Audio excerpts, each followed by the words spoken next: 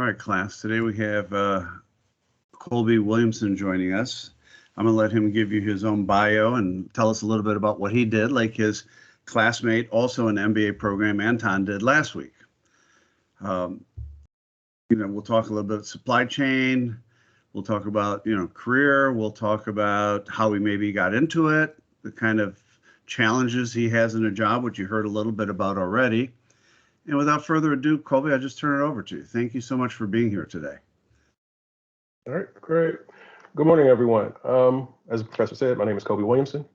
I have been at some part or some point in supply chain management for about, well, I'll be exact, for at least 23 years.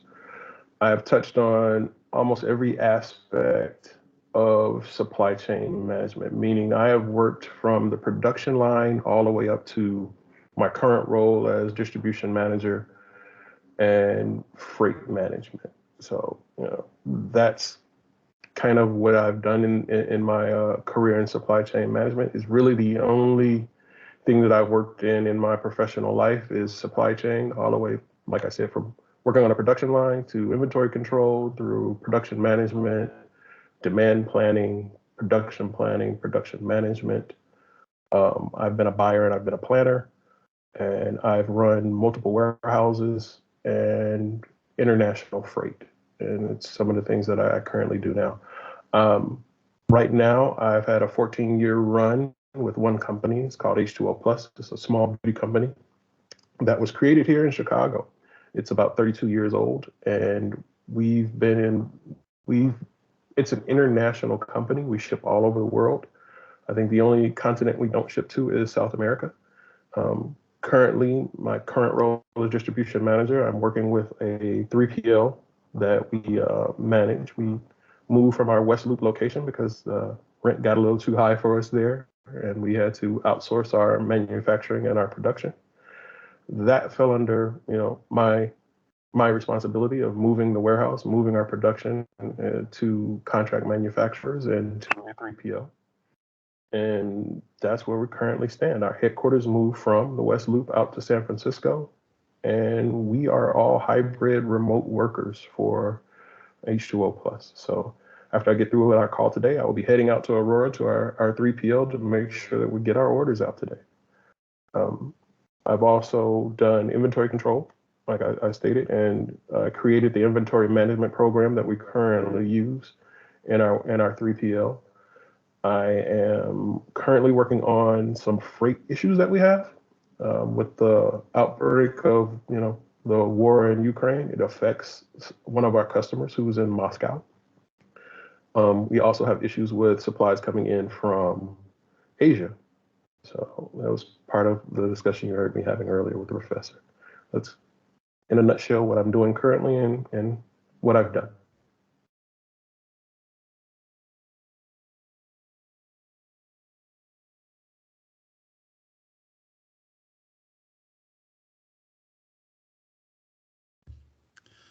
Why don't you tell us a little bit what it was like at the end of the last year? And you were running around with your head cut. Yeah, last year was rough. As you all know, you had the freighter that was stuck in the Suez Canal created a huge problem throughout the supply chain world because in international freight, you do not have an infinite amount of freighters. So when one kind of clogs up the system like that, it makes availability on those container ships a lot harder. So when that happened, it pushed a lot of people's orders and materials out. So that was a crunch that, for space was really horrible. The demand here in the US for products skyrocketed. So with that demand skyrocketing from especially, Asia, a lot of the products that I bring in or materials that I bring in from Asia for our product got pushed off. And the reason it got pushed off is because,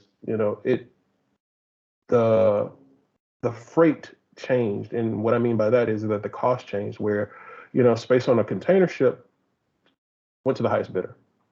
So by going to the highest bidder, the small companies like mine got pushed out. So normal cost for shipping a 40-foot container was about $10,000 just on average. That skyrocketed up to $30,000 last year. So it's very hard to find space on a container ship to get your goods in last year. And then you had the holiday crunch. And during that time period, that was, it was crazy. There was no room. There were no containers. As they showed on the news, there were ships sitting off of the coast of California, off of the coast of Florida, that couldn't get a port because they were jammed up. They just didn't have enough room for those container ships. So it was very hard to get products in to meet the demand for the holidays on our customers. So last year was crazy. And that basically was the entire year of 2021, kind of started in the fall of 2020. So, and it's continuing today. How did your management react? I mean, you're responsible for the movement of those goods. How did your management understand the problem? Were you able to convince them? Or sometimes I found that management sometimes, like, hey, we had a contract. Exactly. Hey, we had a contract. Why are they charging us more? This can't fly. We didn't budget for the new costing. And to get them to understand that, besides just the overall demand exceeding, the productivity in a lot of places because of COVID also, you also had super typhoons and things, Mother Nature threw at us that shut down ports for weeks from flooding and rain and everything else like that. So kind of walking them through the process of understanding that, this is a world problem. This just isn't a problem for our company and everyone's affected, kind of got them on board. So they saw the need to pay more, but at the same time, they mandated that I try to keep costs as low as possible. So in doing that, I had to explain to them that, you kind of, in the freight world, you kind of get what you pay for. And if you want the bells and whistles of being able to track, your load from the port to destination, you have to pay for those bells and whistles. If not, you can go with a lower provider, but, there's a good chance that your products and your supplies can be damaged when you get there. So then you pay the extra money and it comes into your warehouse and you can't use it because it's all damaged. So it took a little while for them to get on board. Actually, it took them about 6 months to get on board. And all the while I had to toil behind the scenes and make it happen because that's my job. Made for some long hours, I suppose. Yeah, like a no quick stress. behind the scenes quick behind the scenes look at, my current day. It started at 2 a.m. today. So I've been on a conference call at 2 a.m. today talking to a freight company in the Netherlands because of the war in Ukraine. And I have a customer that is the Sephora of Russia. So with the new war and the new restrictions they're putting on goods traveling into Russia, I have a container sitting there. It's about $500,000 worth of goods that can't move. So, I've been on the phone with them since 2 a.m. trying to get, reroute that container or try to find a safe haven for it until we can figure out what's going on. By tonight, my night will end at probably about 10:30 tonight talking to Singapore, where I have incoming supplies. So that Russia and that, the Netherlands call was for finished goods. My Singapore call will be for raw materials coming in and to make sure that the load gets on to the container ship that it needs to be on and that it's on time and will deliver. So, yeah, it makes for long days. Yeah, when you're in international freight or international transportation and global planning, your time zones, you have to talk to people when they're working. Yes. Yeah, that is the key. And then right after I talk to you good people, I'm heading out to our 3PL to make sure that our e-com and our B2B in the United States are getting out on time because our KPI is 98% on time delivery, full and complete. So to keep that average up, kind of have to go out there and prod those guys along a little bit. That's part of my responsibility also. And by KPI, he means key performance indicator, which we're going to talk about in a couple of weeks. The metrics. Very critical in supply chain management. Hey, Colby, you talked about having just an incredible breadth of experience in supply chain management. What was your favorite, if you had a choice, what would be your favorite part of it to work in, or maybe you're ready even to manage the entire McGill, as they say now? For me, it's kind of my current role. It's fast paced. It's intricate to the point where you have to pay a lot of attention to the detail. You're always up on the news and current world events. You're constantly learning, you're constantly shifting. As things around the world change because of the international shipping, you have to be able to solve problems on the fly. I think that right now, because I believe because I'm so far in it right now, it's my favorite. I started out literally at Motorola in Arlington Heights, sitting on a production line with a pair of tweezers in my hand, putting components on a board, making cell sites. That is part of supply chain management. Your production is a part of supply chain management. And I kind of graduated from that into inventory control at Motorola, and then slowly started to learn more and got really good training in a lot of good places that I've worked about lean management and Six Sigma, and took those things and just started building my career from there. After, inventory control, I started looking at the warehouse and started looking at how those two things kind of piece together in supply chain management. I'm like, okay, I really need to start, moving into that warehouse and making sure that I can understand that aspect of supply chain management. And I had a really good manager at one point in time tell me that I can make a career out of this. All I have to do is basically pick a spot in supply chain management and make it my own. Dig in, keep learning, keep an open mind, and you can go a long way in this. And that sparked my interest. And once I, got interested in something and got the opportunities, it was kind of easy for me, especially moving in a large company like Motorola. It's kind of easy to kind of move around if you want to do different things. And then I just parlayed that into different jobs. I went work for another large corporation called Danaher, where they use lean constantly. That is the heartbeat of their company. So I learned a lot of lean techniques and lean processes from them, and grew from there. Became, worked in their shipping department, their shipping and receiving, became a supervisor there, a manager there. Then I started looking at the purchasing side, and I'm like, okay, when you're in the receiving and the shipping end of it, or sometimes even in production, when I was a production manager, you're constantly waiting for goods to come in so your guys can do their job. Well, that piqued my interest. I'm like, oh, why are we always waiting? What's the holdup? I got guys, 30 people sitting out here trying to put together some widgets, and we can't do it because it's not here. So I started helping out our purchasing manager.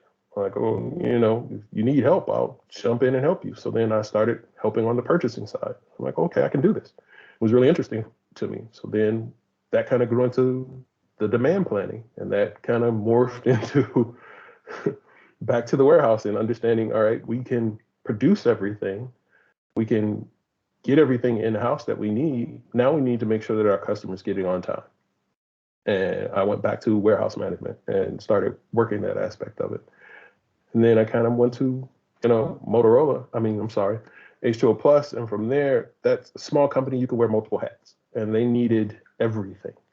And they needed a lot of my skill set. So I came in putting together an inventory structure for them because they didn't have one. If you guys, I don't know how much you guys know about inventory control, but you just don't randomly go out and count material. You should have it categorized by velocity and cost. So meaning velocity, how fast something moves, and its cost. So I put in what they call an ABC structure. So you categorize your A's as your fast movers and high dollar, your B next, and your C's are your low dollars and slow movers. And I implemented that. Okay. Well, one thing that I always tell them, and the entire operation supply chain function is responsible for having ultimately the right products in the right place at the right time in the right quantities at the right quality at the lowest possible price, and it requires the efficient interface of all those different functions that you talked about to make that happen. It's multifaceted. Yeah, it's a multifaceted industry. If anybody's ever interested in it, you can get in it at any point in time and grow a career, a sustainable career in it. And it's have an open mind. Technology is always changing. I went from walking in a warehouse with a pen and a pad, writing down, with a calculator, counting, inventory, to basically walking down the same aisles with a RFD gun and pointing at a sticker and understanding what's in that location within 2 minutes. Huge difference. Yeah, technology plays a huge role. When you have to put an inventory control system, and we're going to talk about inventory next week, at least the sizing of it. Um, were you surprised that they didn't have a better system when you walked in the door? The system was antiquated for the direction they wanted to go in. There, at the time that I joined their team, ecom was just kind of blossoming. Mm-hmm. And they wanted to basically move faster, but moving faster meant having the inventory on hand to meet the customer's demand. And their system was failing. They just didn't have what they needed in-house at all times. So their production wasn't doing what it needed to do. You had, way too much of A and not enough B. So putting that structure in place for them. Part of it. Yes. One thing I found with smaller companies is that they don't fully understand the capabilities of their ERP systems, their computer systems that run their supply chain. They have like enough of it going to run the business at a certain point. And I found when I was a consultant, I would ask the question, well, why doesn't your ERP system do this? No. And I'm like, well, I can't believe it doesn't. Let me talk to the person, the IT people, and then we find out that functionality is there. It's just that the people that were using it weren't aware of the capability and hadn't turned on that part of the system. Yes, I have been through at least 4 different ERP implementations, depending on what we were trying to achieve from either a financial system being upgraded or to inventory and warehouse management control. And most of the time, your upper management has no clue what's needed out there on the floor, and meaning out there in production, out there in the warehouse, and for inventory control. So to them, it's more about, finance and accounting. Can I get a report on, our P&L, and that's it. And to basically educate them on, no, there's a lot more to the system that you pay for. You paid them, $1 million for this new ERP system, and there's functionality that can really help your company do the job a lot faster. And that takes kind of a velvet glove of, teaching at the same time explaining how this will help. So yes, I would agree with you. Most of the time, and in my experience, no. The functionality is there, but no one knows how to use it. You get with your IT team, and IT will do exactly what they're told to do. If they're told not to turn it on, they won't turn it on. So you have to kind of teach at the same time, go through an implementation of the system, especially ERP for inventory control and warehouse management. And then when you go live, are you done teaching? Oh, no. It's a constant massaging of the systems, tweaking of the system, because not everything, I wouldn't say works, but I would have to say not everything applies. So, I work for a small company who, has grand ideas because we ship internationally, because we do a lot of things. So they like the bells and whistles. Well, the bells and whistles aren't always the best thing for your company. Sometimes the most simplest basic program is the best for you. So I kind of talk them down off of that sometimes and get them to understand the basic implementation of something helps.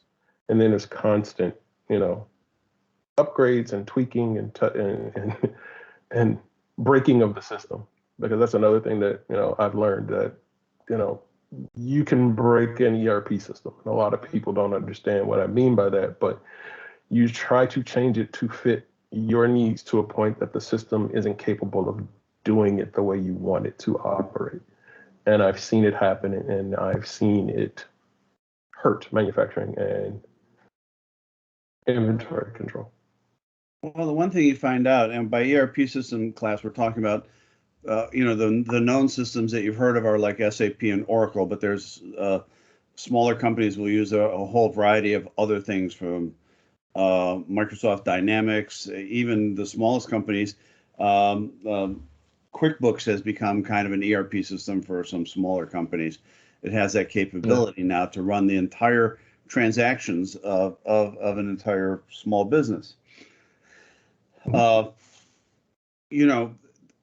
When you talk about ERP systems, you're talking about business processes, how things happen. People have it in their mind that works one way.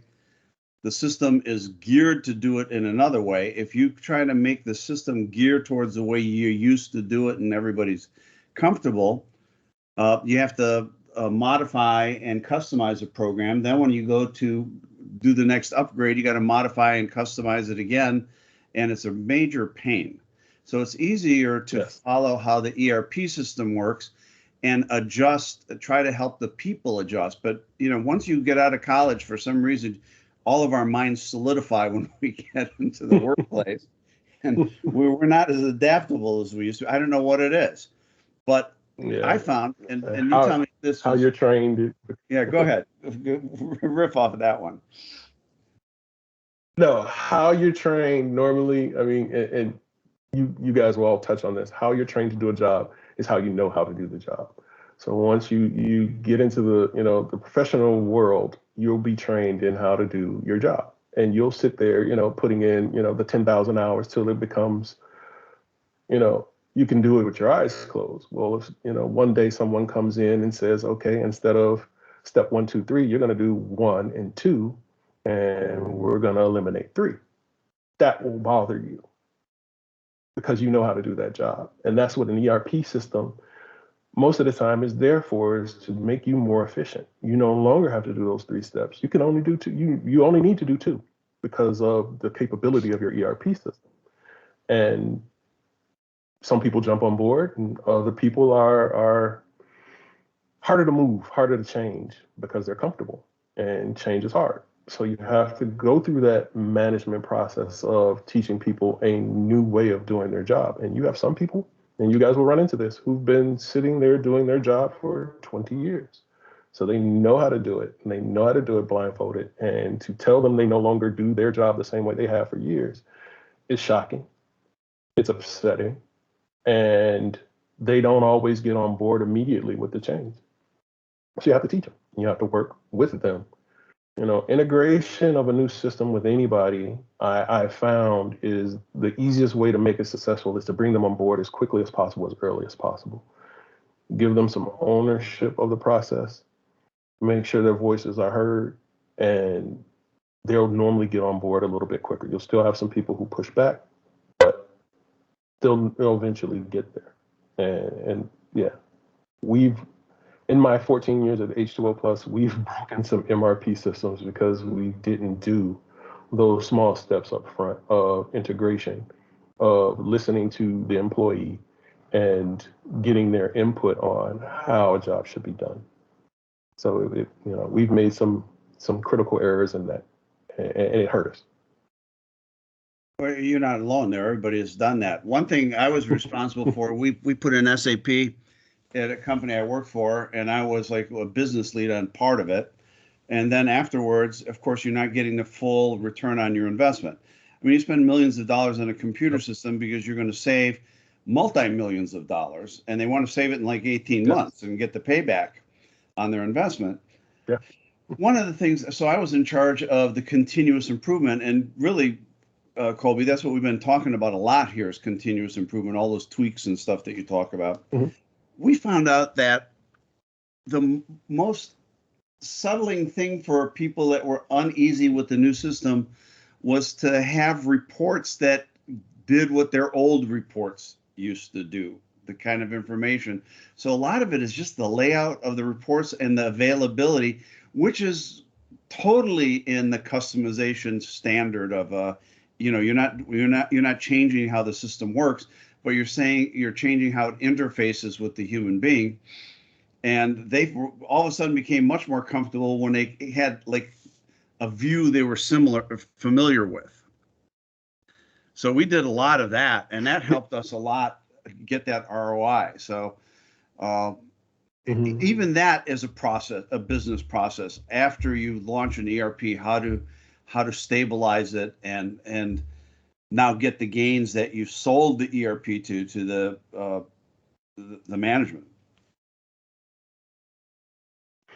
Yeah, it helps a lot, especially the integration of the reports and making everything as simple as possible and as similar as possible. And some of the early ERP systems that I had been a part of, a lot of them didn't have that customization. I mean, more recently, we just did one 2 years ago, moving over to NetSuite, where it's in the cloud. You can work from almost anywhere in the world. You can actually work off of a smartphone if you want to. That's completely different from some of the earlier additions of ERP systems where it was more static and you couldn't, change a report. A report was a report, and that's how it generated. And you would have to download it into Excel and tweak it to the way you wanted it to look. Well, now you can do that up front and make those things happen. So it's a little bit easier for people to integrate because nothing really has to change as far as the output of what you were doing. You may just not have to push as many buttons. You can come in and you can set the report to run automatically for you and things like that make it a little bit easier to integrate. How about let's segue a little bit here into the management and development of people. I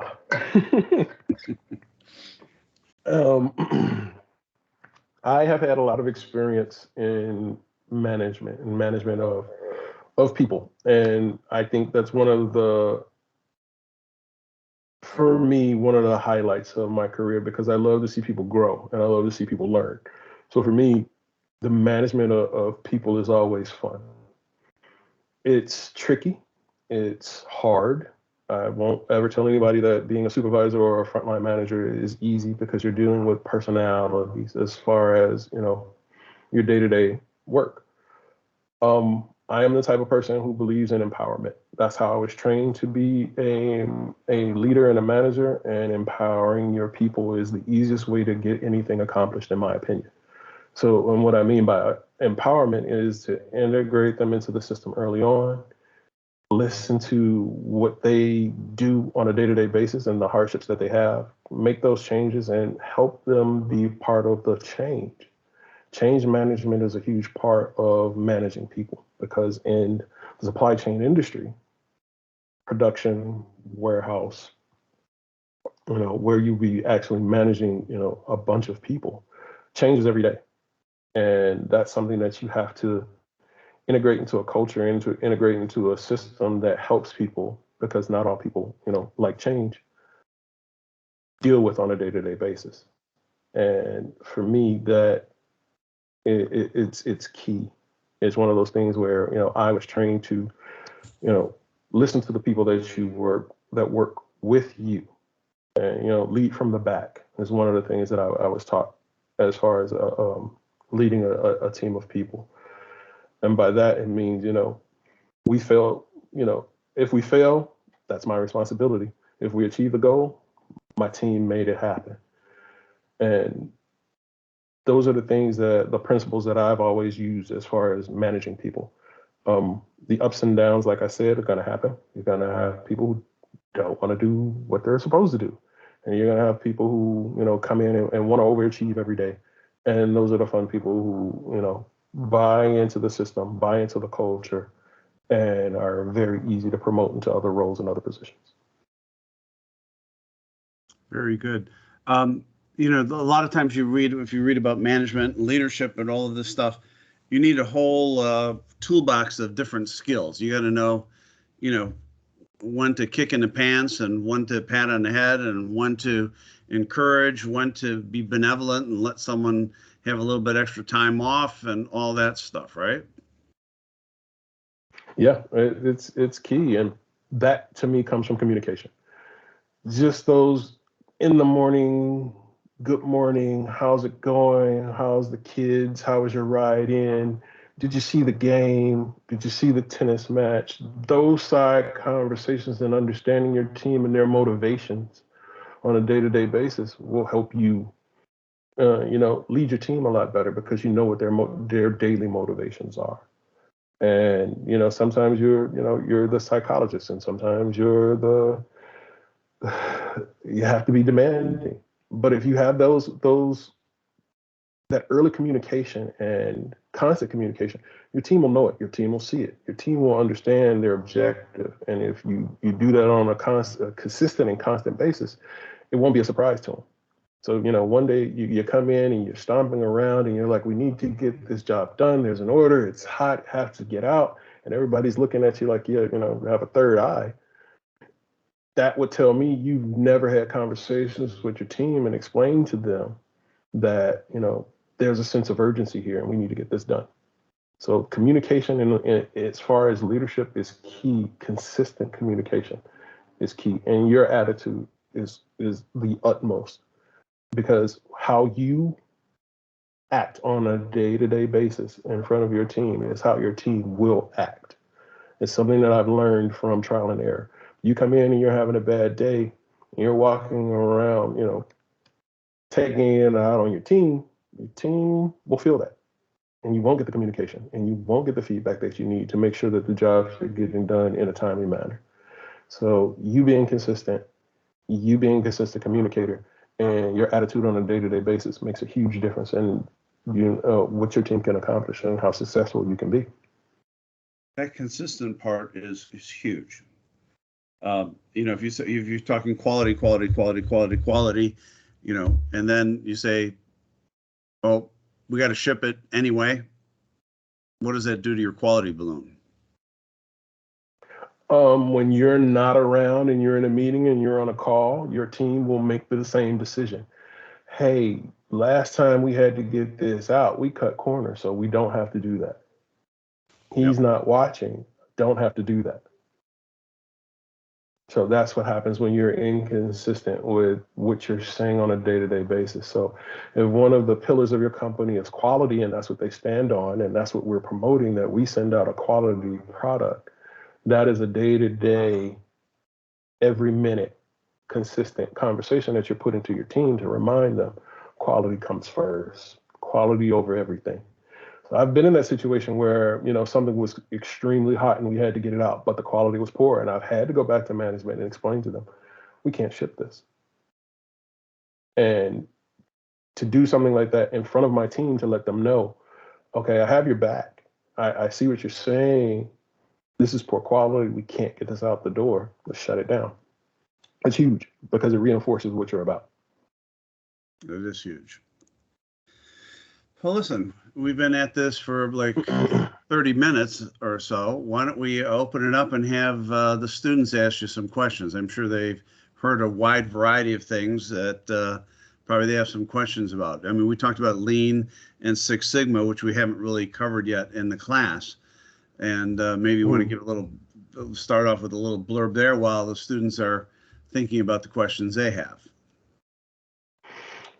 Lean management is basically bringing efficiency into a system or into a process.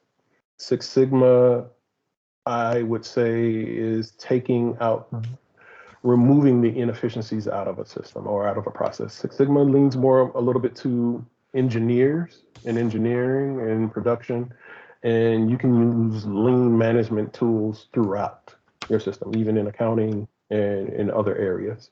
So the two kind of walk hand in hand if those are the tools that your company chooses to use. Anytime that I've gone through training, I am a lean trainer. It's one of those aspects of supply chain management, just in time, things of that nature that you'll learn as you go through your classes. But it's very important. It's very integral because one of the things that are changing right now is the just in time. With the supply chain issues that we've recently had, especially on the freight side, people are rethinking the just-in-time philosophy. All right, any questions from the students?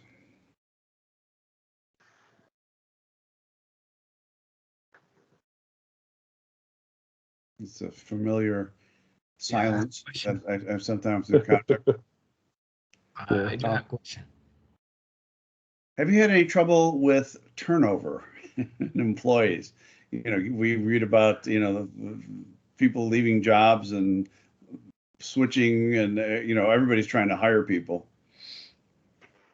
Yes. About 3 weeks ago, I had 5 employees quit, all on the same day. They basically called up and said they weren't coming in. They found better employment for more money. And we had to scramble and get some temporary labor in to kind of hold us up until we can walk through hiring more people. So turnover right now, especially with the change in pay structure from the McDonald's of the world and the fast food and retail, has put a crunch, and especially Amazon, and Amazon's onboarding and bonus for onboarding has changed how you can hire people and how long they stay in jobs now. The employee has a lot more fluidity and a lot more options, especially as far as pay, where they can go.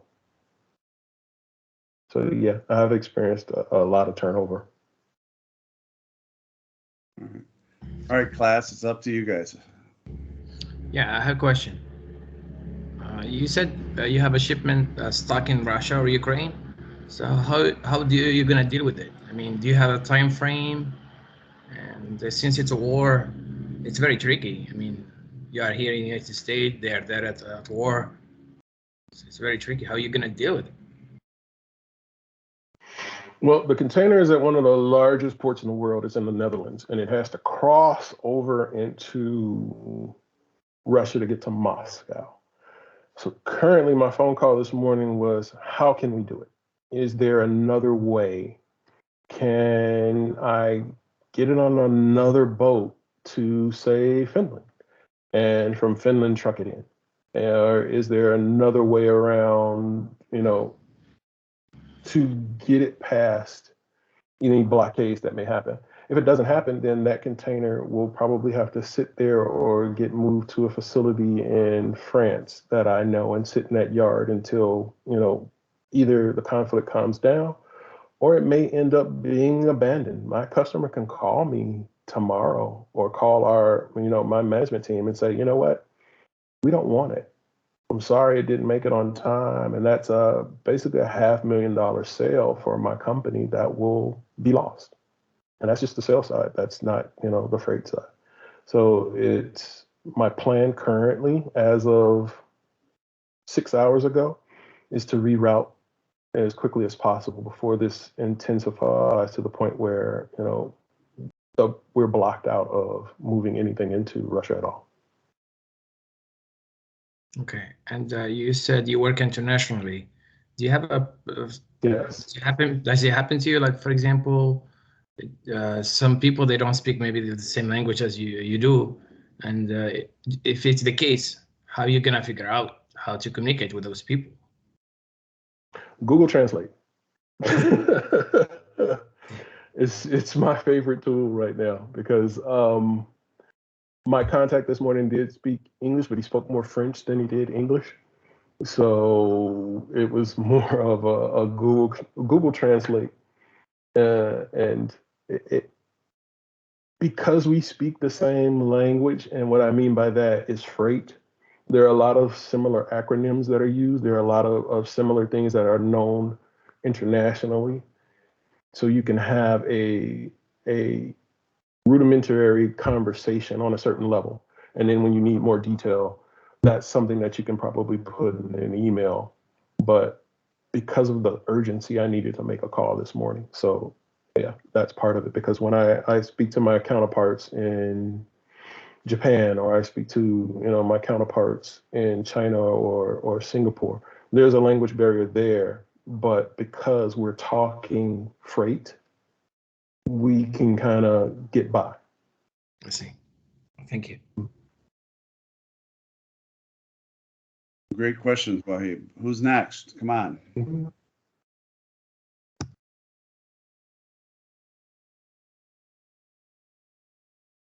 I got one. Can you hear me? Yeah, we can Yes. hear. What were some of the biggest changes in within the supply chain industry when it comes to digitalization and automation in the past, and what do you think will change in the future in the coming years when it comes to topics like that? Um, for me, it's the change in the ERP systems and the intelligence that are built into the ERP systems. It makes understanding your demand planning simpler and faster.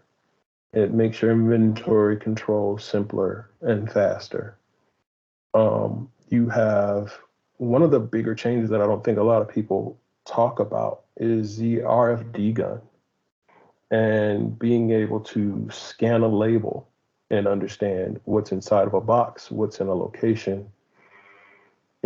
That's huge because in the past, without that ability, you were relying on someone to write something down, and human error can occur. So in the past, I operated a 45,000 square foot warehouse with like 340 locations, and I'd have a guy walking down the aisles with a pen and a paper and a calculator. And some of the SKUs, the SKUs, they're one digit difference as far as, and it's very easy to make a mistake. Now I can have that same guy walk down that aisle with an RFD gun that you see in stores nowadays. You guys go in the grocery store and you see a guy putting something on the shelf and you see him scan it makes a little ding noise. That's an RFD gun.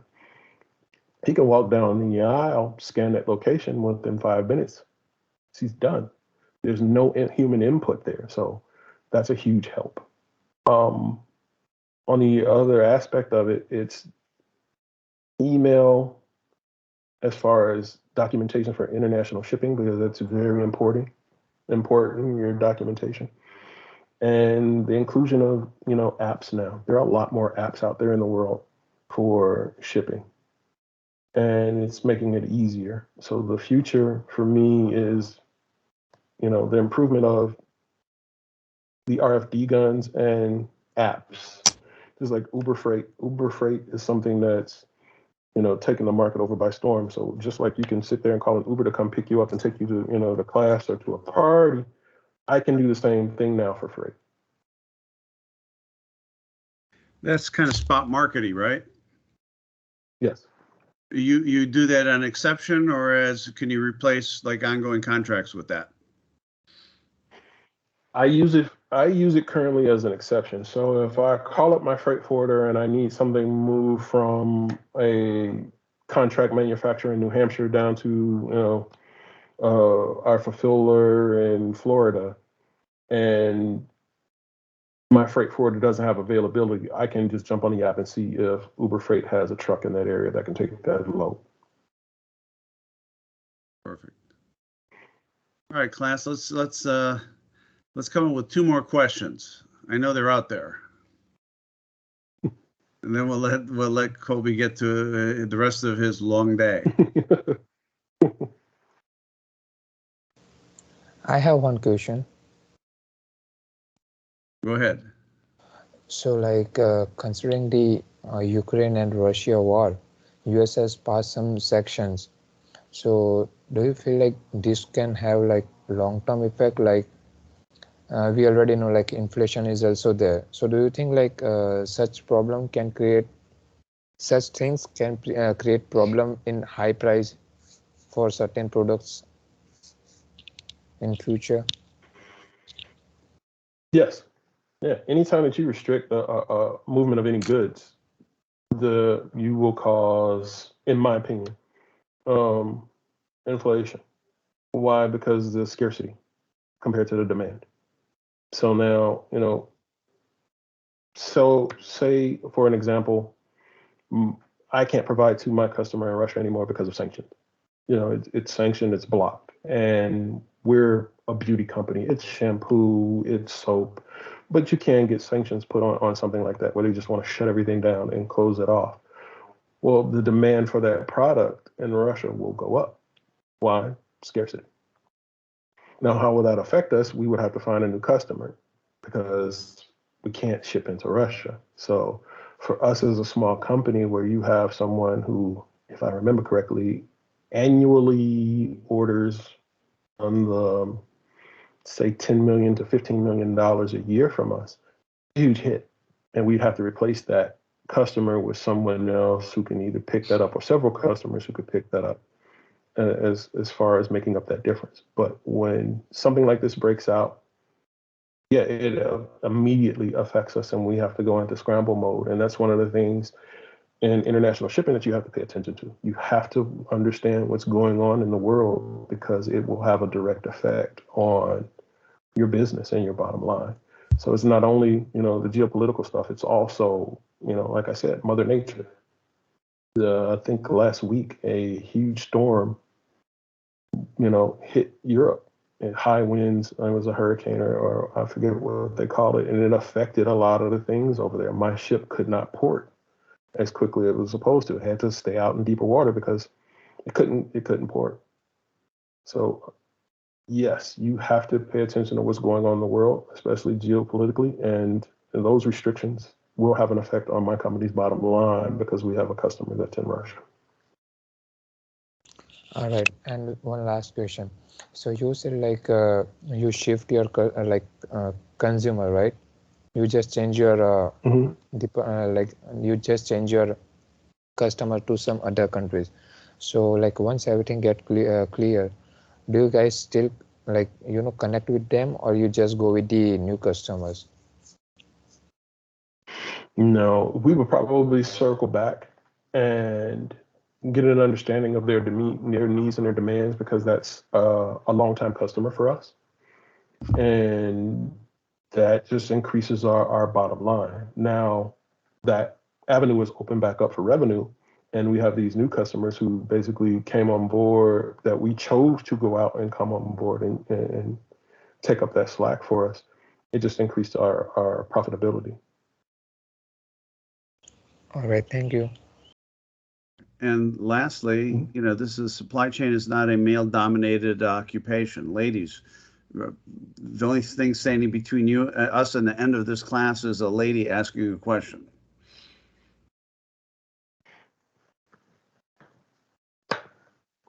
Hey, ladies, my boss, long-term boss, VP of operations is a woman. I've worked for several women in this industry, very strong, very capable women in this industry. This is an industry where you can, in my opinion, make a great living, because most of the time I've worked for women in my career. So in my 23 years, I think I've worked for 5 different women on the VP level. Good point. So come on, ladies, somebody ask a question, then we'll let Colby go on to the rest of his day. I know he wants to spend the rest of the time with us. Doesn't want to ride out to Aurora, but he will. No, I do not.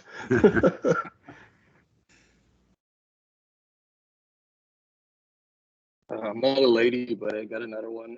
Okay.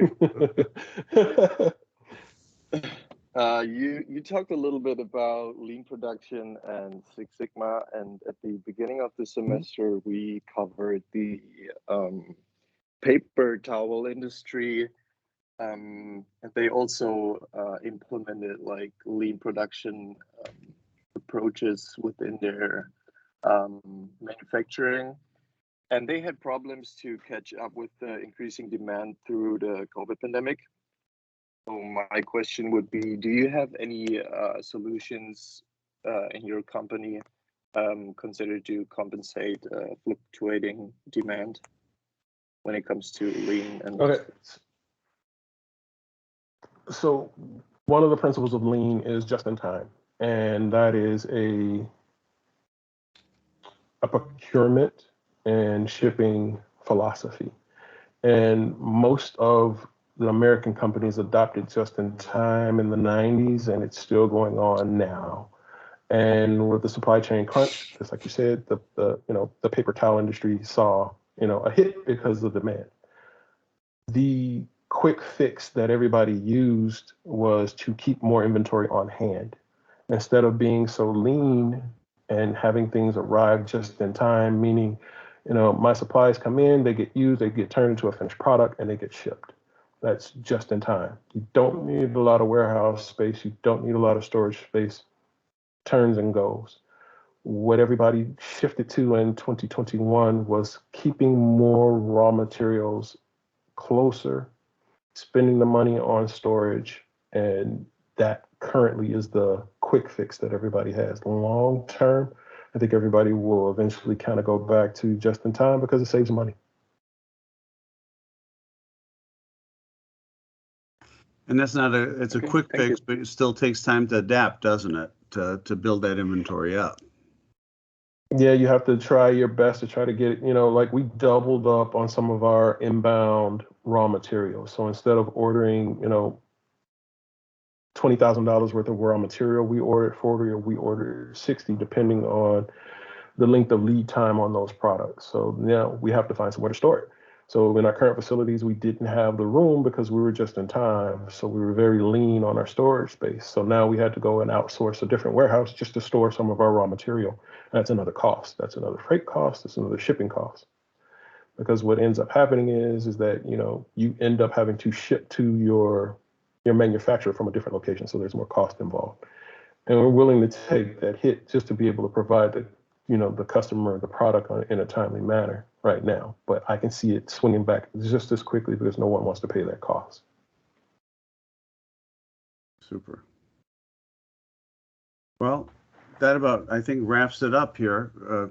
Colby, thank you very much for taking the time out of your busy day and sharing your experiences with us. I, for one, found it very enlightening, and I'm sure the students will too. So, students, you will have a discussion on this exact topic, much like the other guest speakers we've had. It'll be in the same line. And thank you, Colby. I really appreciate it. And I'm going to. This was fun. I really enjoyed it. And